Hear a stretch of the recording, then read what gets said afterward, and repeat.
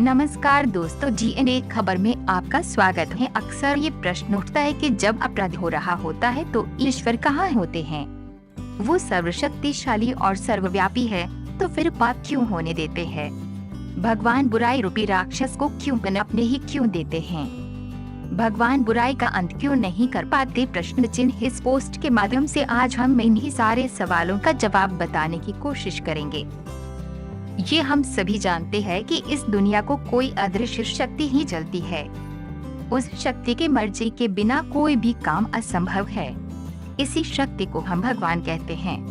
वही सबसे ज्यादा शक्तिशाली है, सर्वव्यापी है और सब कुछ देख सकते हैं। अब सवाल खड़ा होता है कि अगर वह इतना शक्तिशाली है तो वह पूरी दुनिया से बुराई खत्म क्यों नहीं कर देते? आखिर क्यों समय समय पर बुराई पूरी दुनिया में हावी होने देते हैं? आज भी अगर कहीं दुष्कर्म जैसा पाप होता है तो भगवान उसे होने ही क्यों देते हैं? ये वह सवाल है जो भगवान के अस्तित्व पर सवाल खड़ा करता है। हर धर्म के ग्रंथ में भगवान को सर्वशक्तिशाली बताया गया है, लेकिन उसके साथ ही उसमें शैतान का अस्तित्व भी बताया गया है। उससे अलग अलग नाम भी दिए गए हैं। पौराणिक काल से ही शैतान हमेशा भगवान पर हावी होने की कोशिश करता है, जिसका वर्णन हमारे धर्म ग्रंथों में भी मिलता है। बुराई हमेशा ही अच्छाई को हराना चाहता, पर वे जीत नहीं पाती।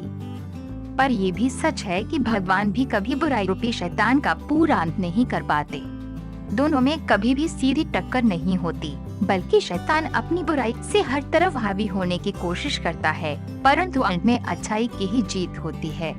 दरअसल धर्म ग्रंथों के अनुसार इस सृष्टि को सुचारू रूप से चलने के लिए हर एक चीज का संतुलन जरूरी है, यानी कभी भी एक तरफ की जीत नहीं हो सकती। शैतान को भी इसीलिए बनाया गया है ताकि सही गलत का निर्माण किया जा सके। भगवान ने हर चीज को जोड़ी में बनाया है, एक में कोई और है और दूसरे में कोई और। गलती से बाद में किसी तीसरे का निर्माण होता है।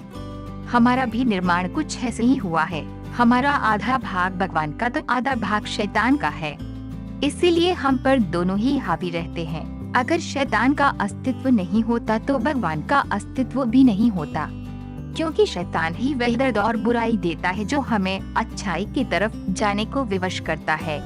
अब आप भी सोचिए, अगर आप हमेशा ही खुश रहें और आपने कोई भी बुराई देखी ही ना हो तो आपको अच्छाई की अहमियत पता ही नहीं होगी। इसीलिए हम शैतान के डर से भगवान को मानते हैं। अगर हम पर बुराई हावी हो रहा है तो इसका अर्थ है हम शैतान को हावी होने दे रहे हैं। जब बाद में हमें बुराई ज्यादा बढ़ती दिखती है तभी हम अच्छाई की तरफ जाते हैं।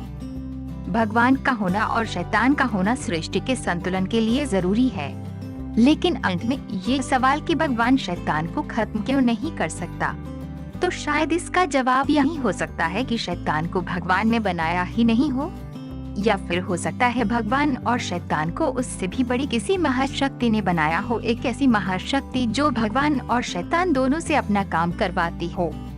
उसे दोनों की ही जरूरत हो। वो महाशक्ति दोनों में से किसी एक को भी नष्ट नहीं करना चाहती हो, और हो सकता है कि उस महाशक्ति की योजना हमारी सोच से भी परे हो।